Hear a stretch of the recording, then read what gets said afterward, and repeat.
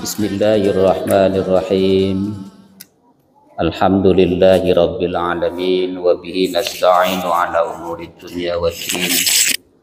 Assalatu wassalamu ala asyrafil anbiya'i wal mursalin imamil muttaqin sayyidil hurril muhajirin wa ala alihi wa ashabihil mujahidin at-tahirin amma ba'd.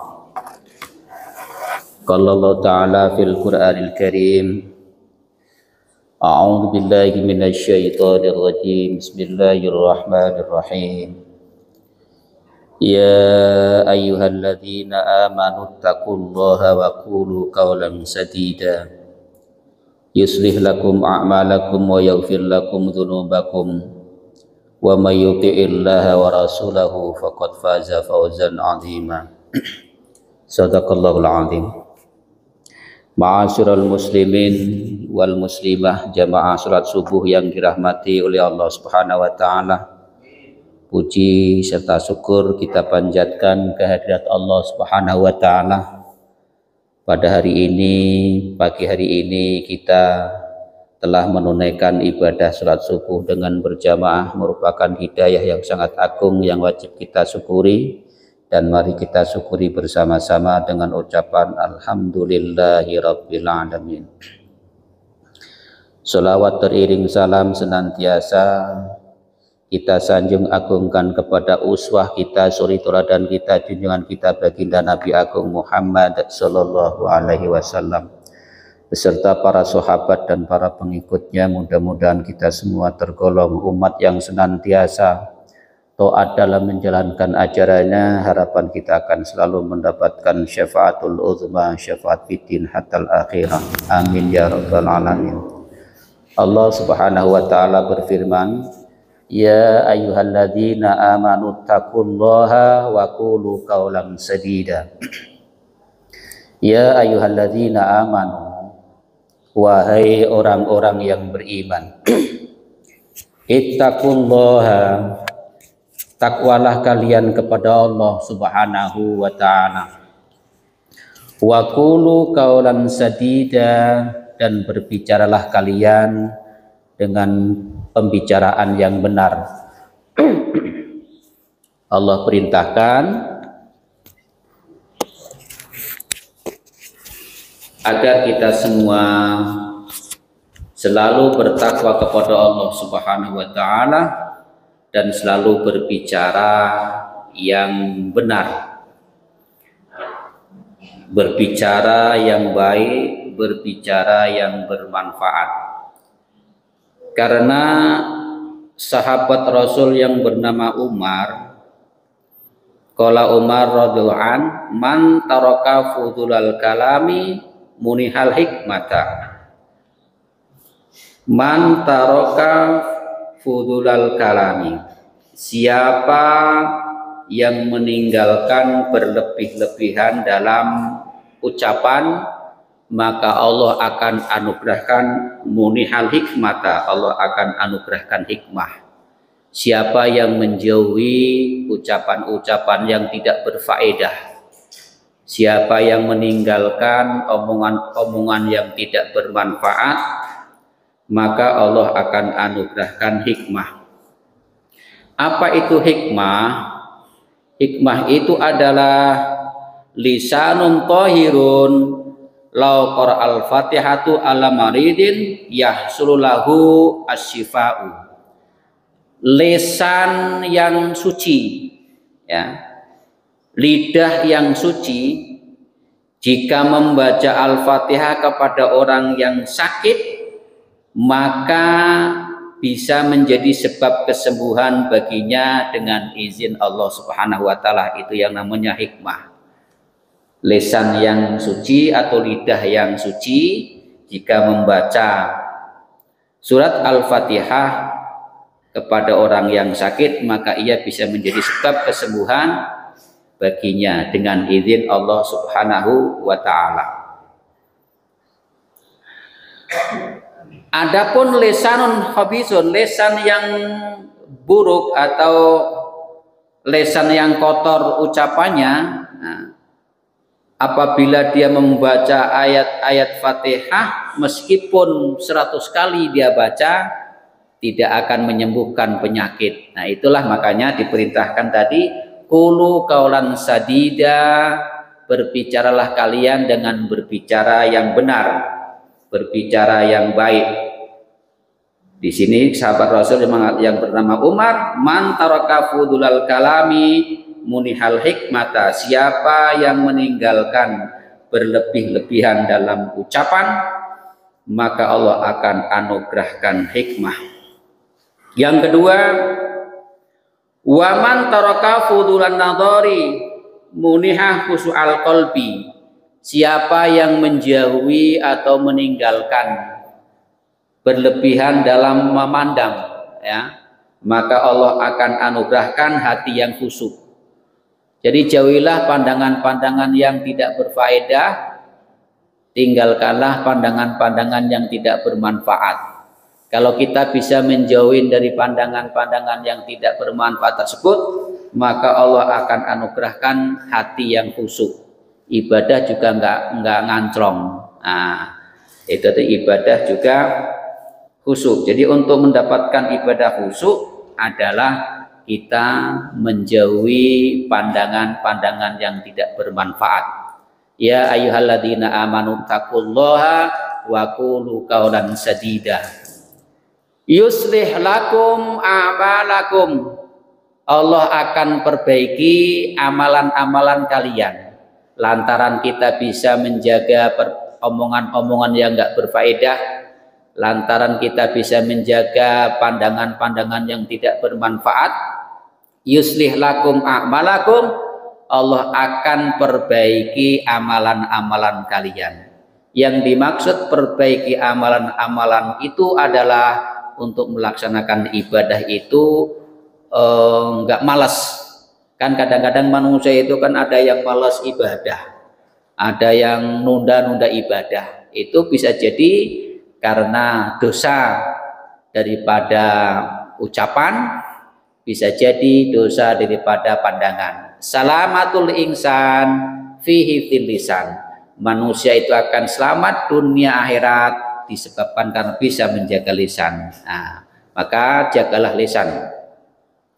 Yuslih lakum a'malakum, jaminan selanjutnya wa yaghfir lakum dzunubakum, Allah akan ampunin segala dosa-dosamu, segala keluputan-keluputanmu. Jadi lantaran kita bisa menjaga lisan, kita nggak omong apa, lisan kita nggak pernah nyakitin orang lain, nggak pernah menghibah, nggak pernah namimah, mengadu domba, maka yaghfir lakum dzunubakum, Allah akan ampunin dosa-dosa kalian. Dikatakan ana adzabul qabri salah satu aslasin, sesungguhnya azab kubur itu ada 3 hal, kebanyakan ada 3 hal, 3 kesalahan.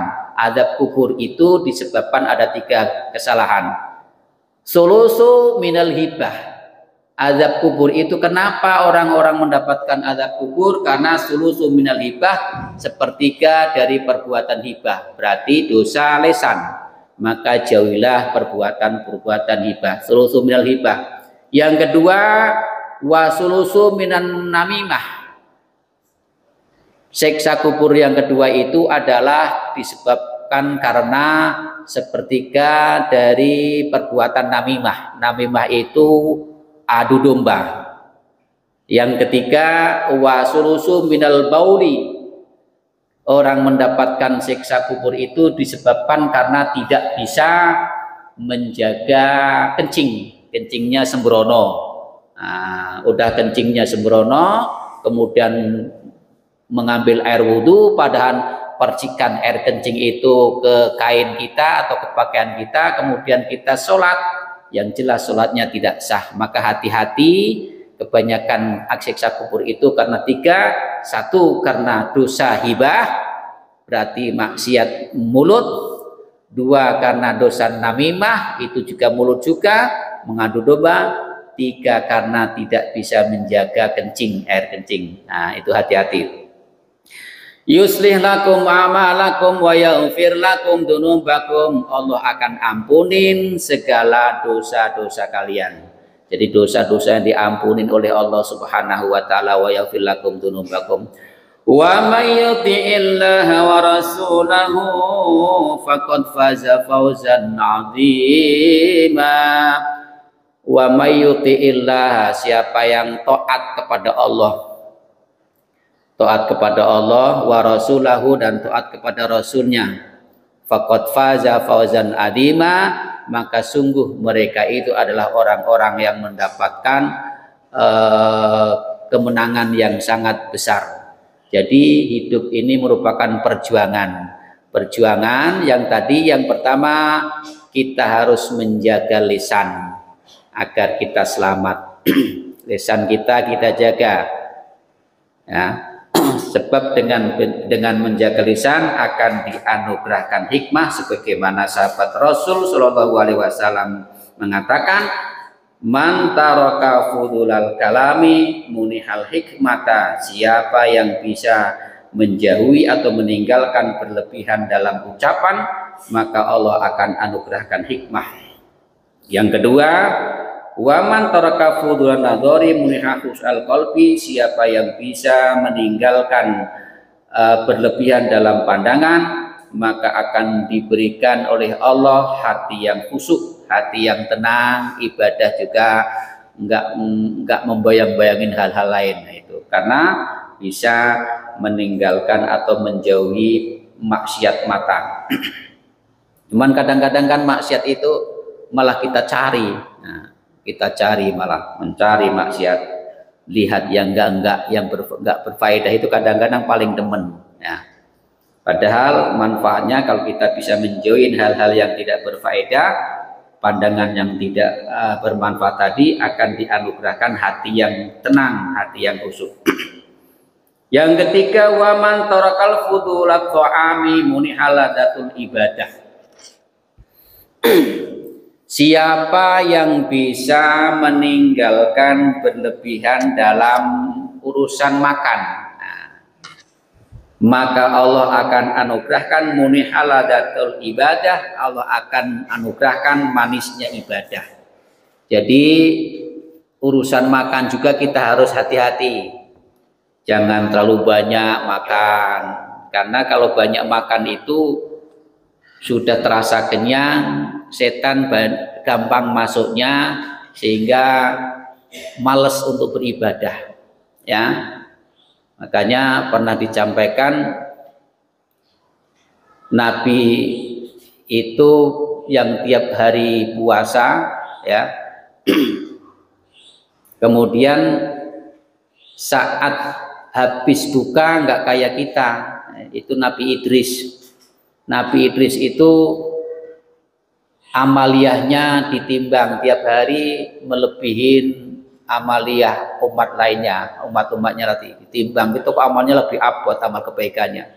Makanya ada malaikat yang pingin ziarah itu pingin berkunjung, pingin ketemu kepada Nabi Idris, seraya membawa makanan, ya, makanan dari surga.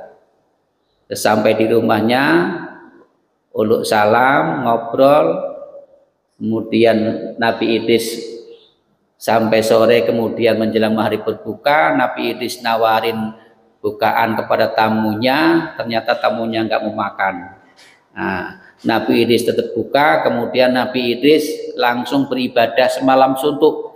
Nah, nggak kayak kita karena habis puasa siang hari, karena lapar, makannya banyak, kemudian malas ibadah. Maka tentang makanan juga kita harus dijaga.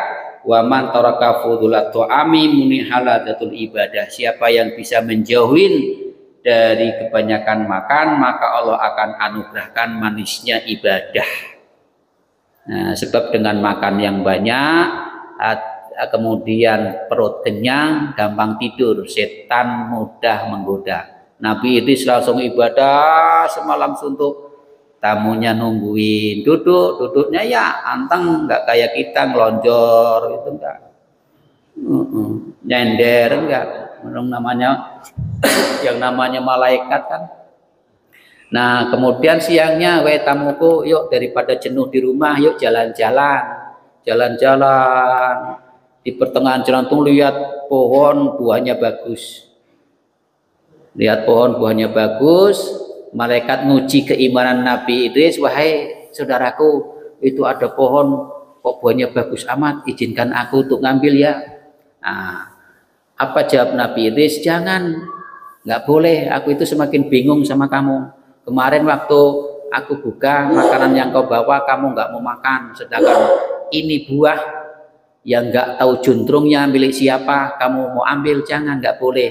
Luar biasa, hati-hati dalam urusan makan. Satu butir makanan, kalau makan itu haram, maka itu bisa menjadikan ditolaknya doa. Nah, itu. Al-Faqih Abu Lais pernah beli korma kepada pedagang, beli korma karena akan melaksanakan perjalanan.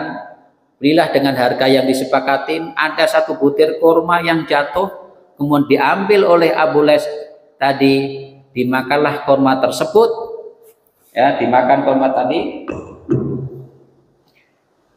Saat berjalan dan berdoa di Baitul Maqdis, ada dua malaikat ngomong, itu Al-Faqih Abu Lais yang doanya biasanya dikabulkan, hari ini tidak dikabulkan. Kenapa? Karena makan satu butir kurma tanpa seizin yang punya. Nah, Abu Lais dengar, kemudian balik lagi, ingat beli kurma yang tempat di Masjidil Haram tadi, pasar itu. Ternyata penjual kurma sudah nggak ada. Yang jual di lapak itu tinggal anaknya.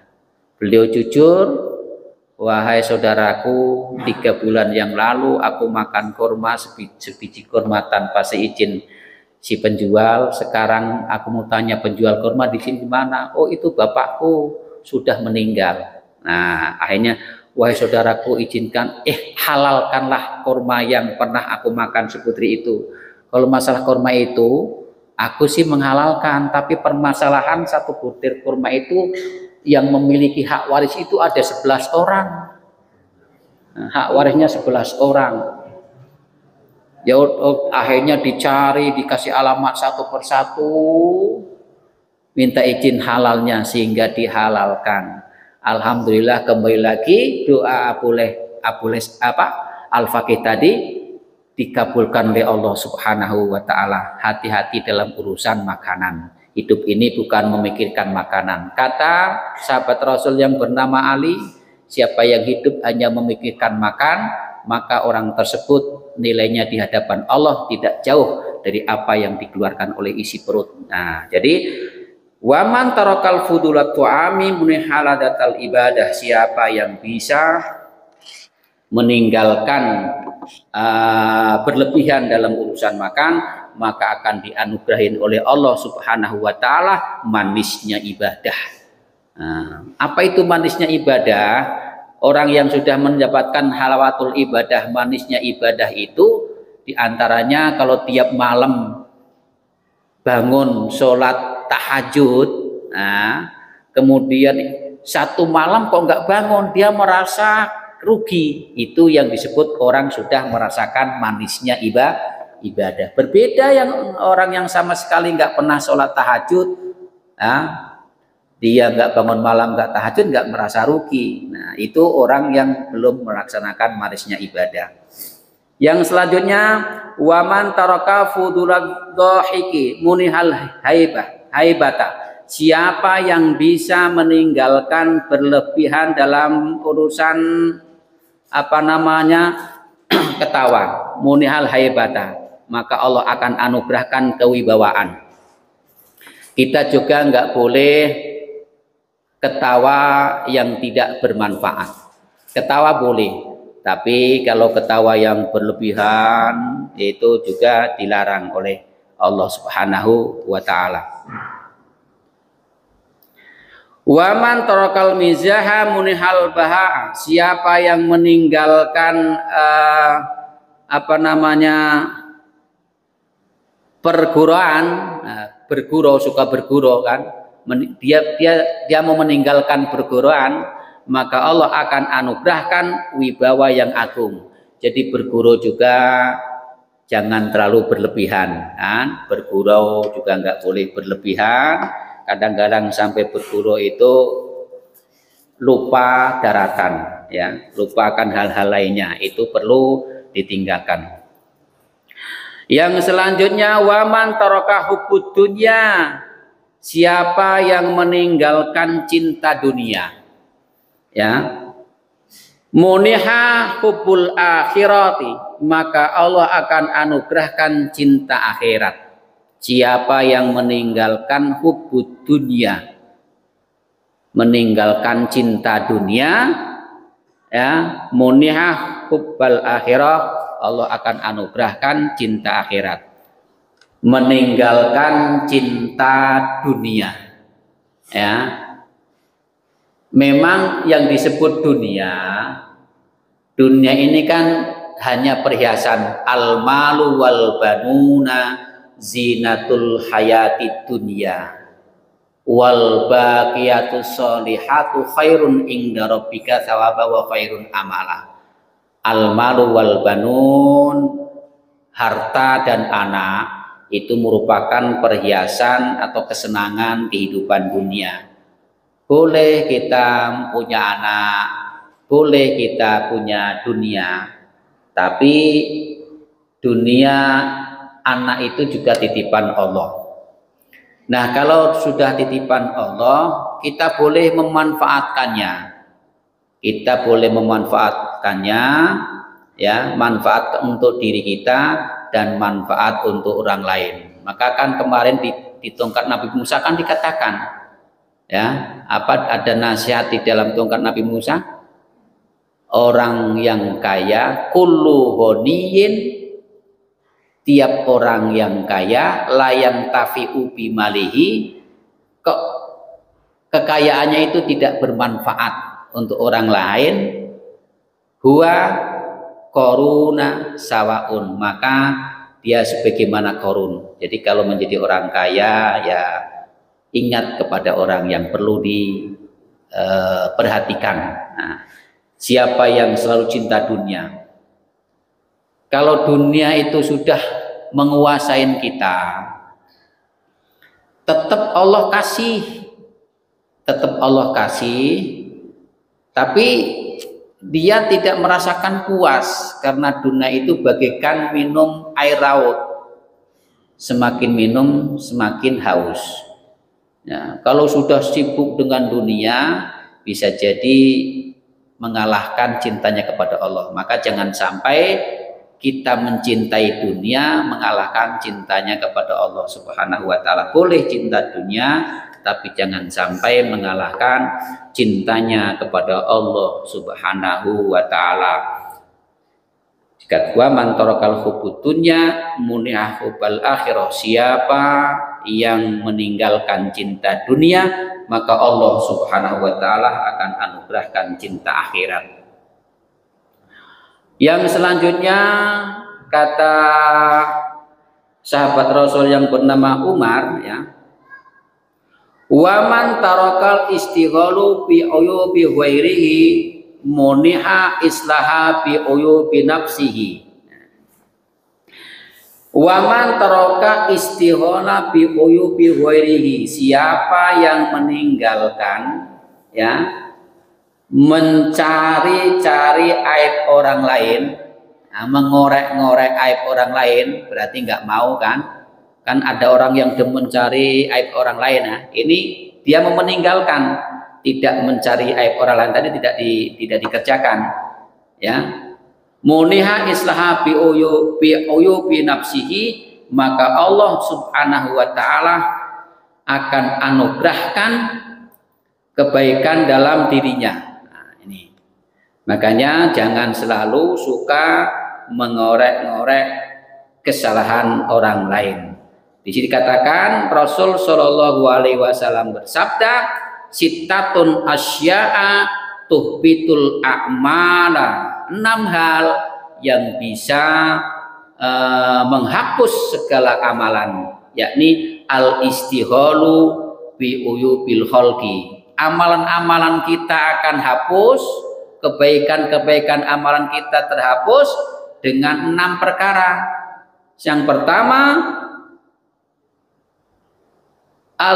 sitatun tuhbitul a'mala al-istiholu bi uyubil khalqi, mencari aib orang lain atau sibuk ngomongin aib wong liya. Nah, itu amalan kita yang sudah dikerjakan hapus, Bu. Jadi harus hati-hati. Yang kedua, yang bisa terhapus amalan tadi, wa quswatul qalbi, hati yang keras. Hati yang keras itu kata Rasul, hati yang tidak menerima nasihat. Hati keras itu hati yang nggak menerima nasihat. Ini bisa melebur daripada amalan kebaikan kita. Yang kedua, wahubbud dunya, selalu banyak cinta dunia. Nah, ini bisa merusak amalan kebaikan kita. Yang keempat, wakilatul hayai, sedikitnya rasa malu. Artinya nggak punya rasa malu. Nah, tidak di hadapan orang nggak punya rasa malu, nah, kan gitu. Watul amali, besar angan-angan. Ya, jikalau andai kata seumpamanya nggak sesuai dengan keberadaan. Kemudian yang keenam, wadulmun la yang tahi, lamunan yang tidak ada putusnya. Ini juga harus kita jauhi karena 6 perkara tersebut bisa merusak amalan-amalan kebaikan kita, yakni al-istiholu bi uyubil khalqi, sibuk mencari atau ngomongin aib orang lain. Yang kedua, hati yang keras. Maka hati yang keras itu adalah orang yang sulit untuk menerima nasihat. Terima kasih. Kalau ada pertanyaan, monggo. Ketik sejarah Nabi Idris kedatangan tamu malaikat. Ya, Nabi Idris kedatangan malaikat. Ya, nanti akan ketemu. Ya. Jadi singkat tadi, malaikat itu kan penasaran tuh. Penasaran apa? Kok amaliyahnya itu ditimbang kok berat, ngelebihin amalia orang lain, kan gitu. Nah, sehingga minta izin kepada Allah malaikat itu untuk ziarah. Ziarah itu datang ke tempat Nabi Idris. Sesampainya, nah di situ menunjukkan adab. Kalau mau datang itu adab namanya ya nyenyangkingan gitu loh. Nyenyangkingan. Kalau kita mau menjadi tamu itu adab, itu sunnah nyenyangkingan. Nyenyangkingan apa kalau bahasanya? Bawaan. Nah, itu berarti sudah dicontohkan oleh Nabi, dicontohkan oleh malaikat. Nah, bawalah yang dibawa adalah buah-buahan dari surga. Sesampai di rumahnya Nabi Idris tadi, Nabi Idris dalam keadaan puasa. Menjelang buka, bawaan tadi, buah-buahan tadi untuk berbuka puasa. Nabi Idris nawarin, yuk kita makan yuk bareng, kan gitu. Enggak ah, saya enggak makan, kan gitu. Lah kalau dia makan berarti gugur dia menjadi malaikatnya. Dia malaikat kan enggak makan, kan gitu. Malaikat itu enggak makan, enggak tidur, kan gitu. Akhirnya makan hanya sekedar membatalkan tadi puasa tadi, kan gitu. Ini sebagai contoh loh. Maksudnya contoh untuk kita puasa habis apa namanya lapar 13 jam sekian kita nahan tadi nggak makan, begitu masuk berbuka jangan memperbanyak makanan gitu, maksudnya kan gitu. Sebab kalau kita memperbanyak makanan, coba aja kalau nggak percaya sampai makan yang serba ada, pasti timbul kenyang, malas tuh, malas ibadah, kan gitu. Ya ngantuk lah, kan gitu.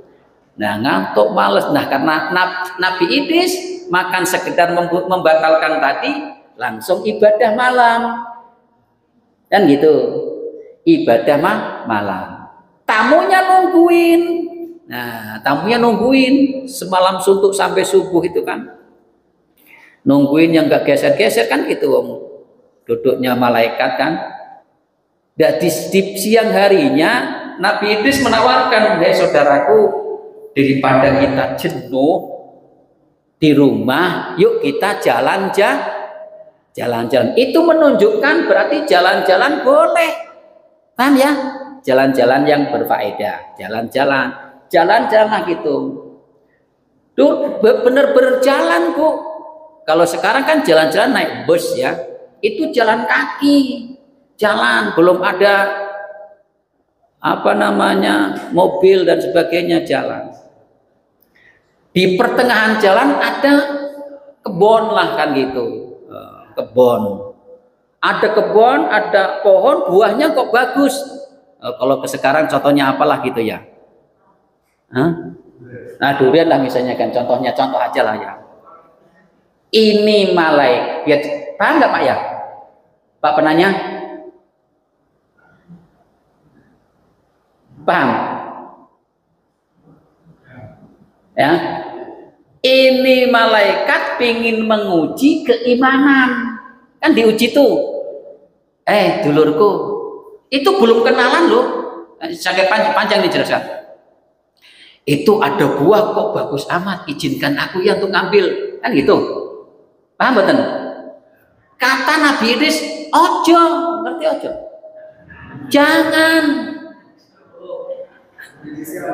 Jangan itu apa jangan? Jangan. Aku itu semakin bingung sama kamu kalau bahasa kita. Kemarin kamu bawa buahan, aku ajak makan, kamu nggak mau. Ini ada pohon buahnya bagus, yang nggak tahu juntrungnya, paham nggak? Nggak tahu juntrungnya, nggak tahu ini buah ini milik siapa. Kok kamu pengen ngambil? Jangan. Akhirnya nggak mengambil. Itu sebagai bentuk menguji kan, menguji Nabi Idris kan gitu. Udah jalan lagi 3 hari 4 hari. Saudaraku, semenjak kau datang, kau udah 4 hari bersamaku loh. Kita belum kenalan. Kamu itu sebenarnya siapa? Baru kenalan. Kamu itu sebenarnya siapa?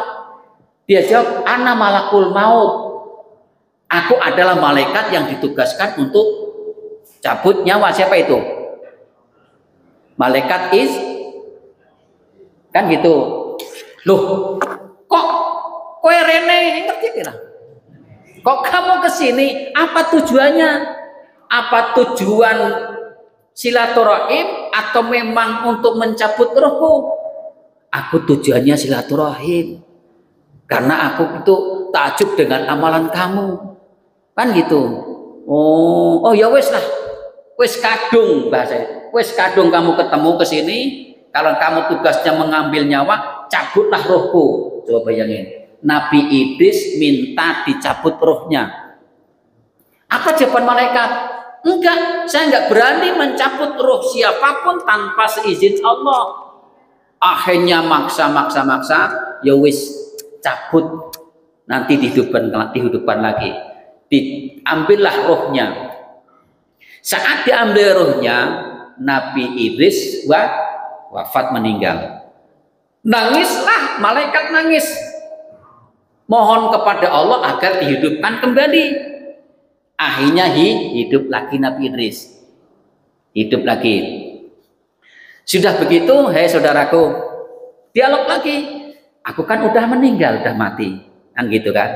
Terus, aku pengen delok surga, aku pengen melihat surga. Tapi saya tanya, malaikat tanya, kayak apa sih rasanya mati? Coba yang ini. Malaikat Israel itu kayak apa rasanya mati sih? Aku itu tugasnya nyabut nyawa, tapi aku belum merasakan rasanya mati. Kayak apa rasanya mati?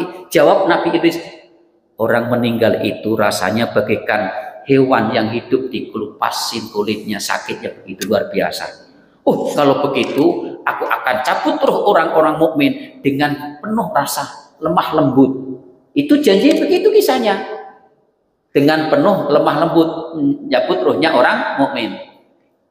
Akhirnya aku pengen lihat neraka.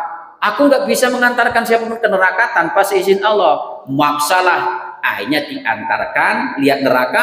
Jarak 500 meter sudah nggak tahan panasnya.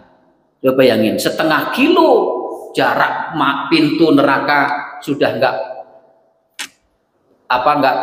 tahan panasnya. Balik, putar balik kan gitu. Akhirnya, wahai saudaraku, aku pingin lihat surga. Nah, ini kan ini cerita ini masyhur ini. Akhirnya saya nggak bisa mengantarkan siapa ke surga tanpa seizin Allah. Maksa. Akhirnya diizinkan oleh Allah, dihantarkan ke surga. Sampai di pintu surga, ketemu sama siapa? Ridwan. Nah.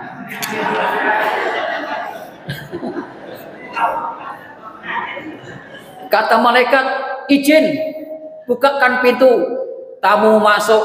Nah, buka pintu lah, masuk surga. Jadi Nabi Idris masuk surga.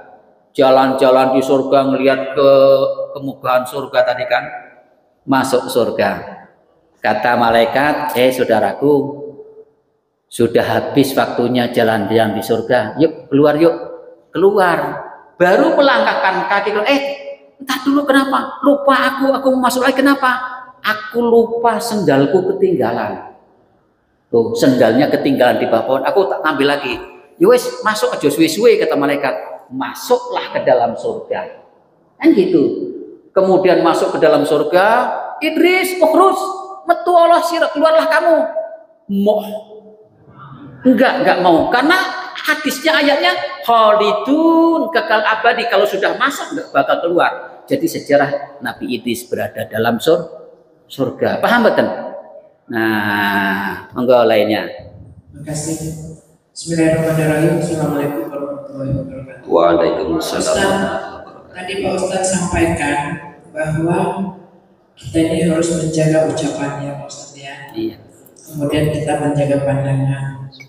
Nah, kalau kita lihat di zaman sekarang ya Pak Ustadz ya, kita sepertinya agak sulit untuk melakukan itu.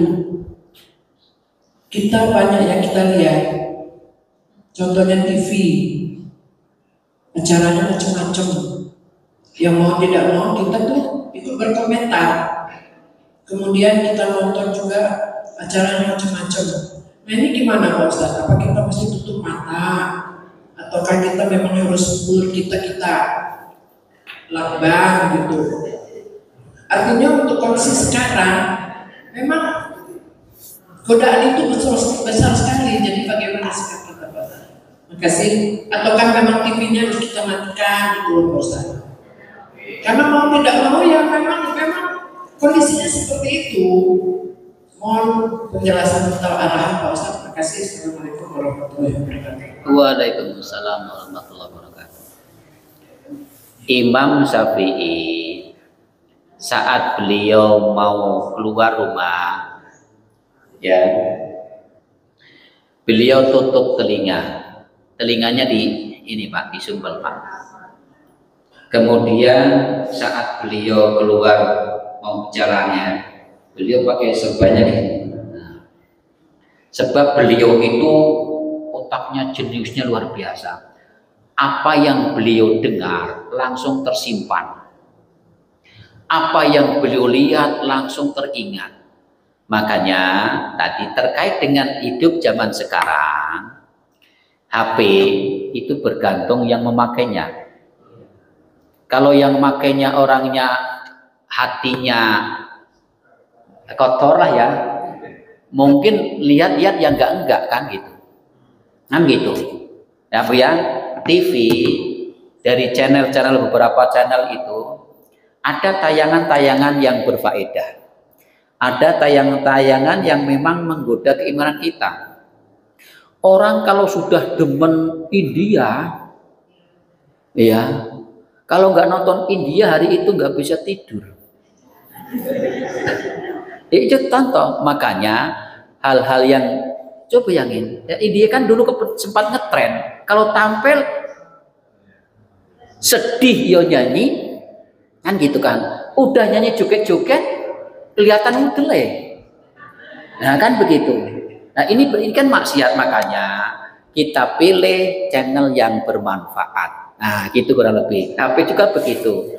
Jadi contoh aja, ada yang sekarang memang sengaja untuk mencari melihat hal yang nggak bermanfaat. Contoh, memperingati hari kemerdekaan kita, berarti memperingati 17 Agustus misalkan. Apakah boleh? Boleh.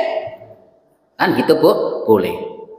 Cuman yang nggak boleh itu berlebihan, memperingati 17 Agustus, nanggap organ, kemudian panggilnya penyanyi-penyanyi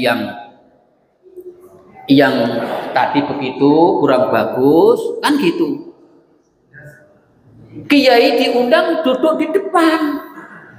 Nah ini sudah duduk di depan. Hah? Nah ini kan maksiat matang.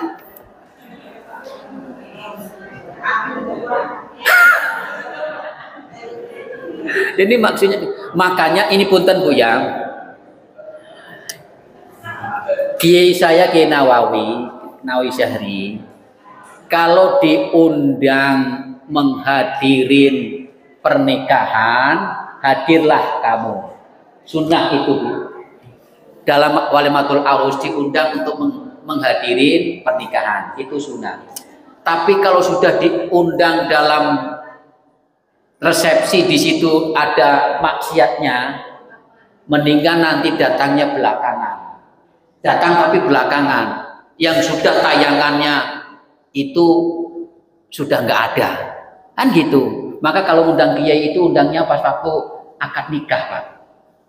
Kalau masalah ngamplop tetap ngamplop Pak, kan gitu. Maksudnya kalau kiai itu jangan diundang pas resepsi gitu loh, nah, kan gitu. Hormatin lah gitu. Nah, ini udah diundang duduk di depan, ya, yang nyanyi malah dilihatin. Nah, ya ini permasalahan tadi, pandangan. Udah pulang nanti bininya marah, wes puas burung, nah bahaya tuh. Nah ini perlu hal begitu. Berarti kan sengaja. Gimana?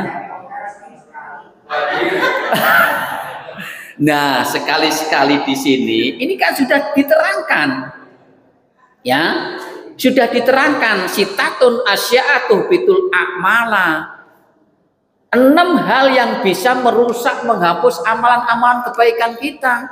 Kan amalan kebaikan yang sudah dikerjakan ibarat panas setahun ini hujan 1 hari gitu loh Pak.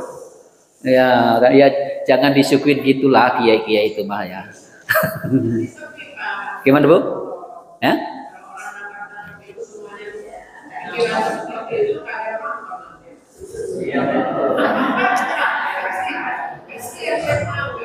Kalau anggapnya wayang. Nah, hadisnya gini, kasihan yang nanggap kan. Man sana fil islami sunnatan hasanatan falahu ajruha wa ajru man amila biha ba'dahu min ghairi ayyanqusa min ujurihim syai'un. Siapa yang di dalam Islam melaksanakan sunnah kebaikan, maka orang tersebut akan mendapatkan sunnah kebaikan tadi, ya, falahu ajra wa ajru man amila biha, dan akan mendapatkan sunnah kebaikan dari orang yang mengikuti. Ini kalau melaksanakan kebaikan.